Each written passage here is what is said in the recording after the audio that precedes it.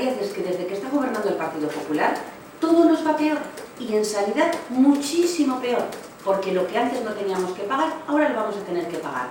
Es decir, que a la persona que está enferma se la penaliza porque está enferma y se le echa encima la carga de una parte del coste de su propia curación o de su propio tratamiento, porque algunas veces ni siquiera hay una curación posible. Me parece una falta de sensibilidad total, una falta de humanidad total, una falta de sentimiento ciudadano, sobre todo nos parece que es entender la sanidad como un auténtico negocio. Esto, unido a todo lo que estamos viendo, insisto, es entender la sanidad como un negocio, pero un negocio lucrativo.